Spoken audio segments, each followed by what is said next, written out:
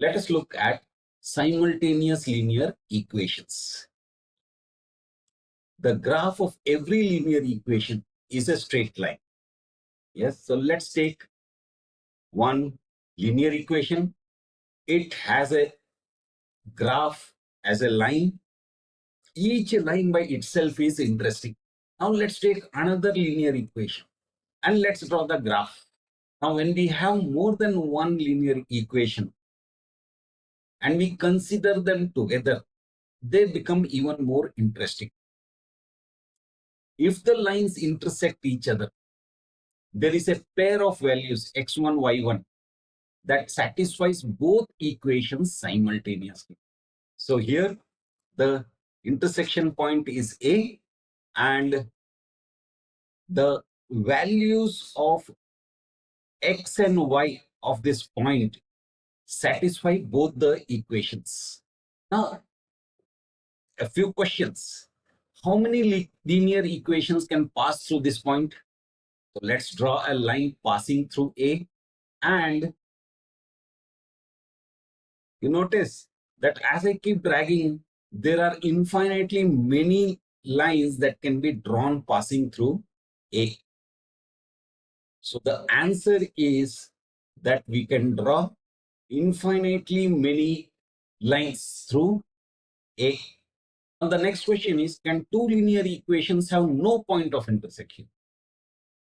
Yes, when they are parallel but not coincident. That means they are parallel to the line, but it doesn't lie on the line. So let's take a line. So this line and this line, they don't have any intersection point. So all the parallel lines do not have any points of intersection. But if they lie on each other, then every point is an intersection. Now let's look at the third one. What happens when the corresponding coefficients of x and y are in the same ratio? So in general form, remember the general form of the linear equations? Ax plus by plus c equal to 0. Now in that, if a1 by a2 is equal to b1 by b2 is equal to c1 by c2, or in ratio forms, a1 is to a2 is equal to b1 is to b2 is equal to c1 is to c2, then they are coincident, which means there are infinitely many intersection points. But if the coefficients of x and y are in proportion, but C1 and C2 are not in the same proportion, they are parallel to each other. So that would be the case when we have something like this, which means there are zero intersections. Now let's look at another question. What happens when two linear equations have the same slope? Again, there are two conditions. In slope-intercept form, m1 equal to m2, slopes are same, and the y-intercepts, that is c1 is equal to c2. Then they are coincident, which means there are infinite intersections.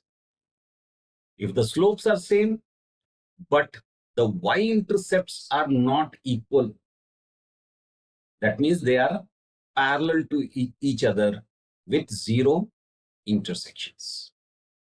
So what does this all mean? So first of all, solving simultaneous linear equations means finding their point of intersections. If a point or points of intersection exist, there is only one solution or there are infinite solutions. There are infinite solutions when they lie on top of each other. That means they are coincident. There is only one solution if they are not parallel to each other. If a point of intersection does not exist, as we have seen, the lines are parallel and hence no solution exists.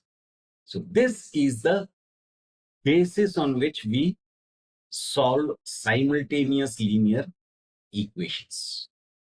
Now let us look at a very small example of how this applies.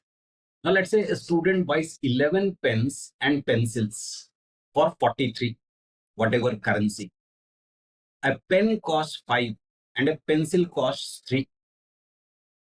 These simple statements can be written as the following pair of simultaneous linear equations.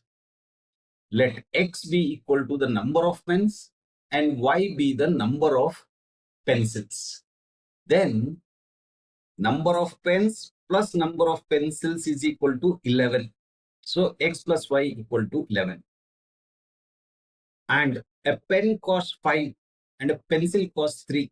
So 5 times the number of pens plus 3 times the number of pencils will give us 43. So 5x plus 3y equal to 43. So now we have simultaneous linear equation. The solution x1 comma y1 will tell us how many of pens and how many of pencils did the student buy. That was an application of simultaneous linear equations. Later on, we will look at how to solve such system of equations. Solving it means what? Finding that x1, y1. That's it for now. Bye.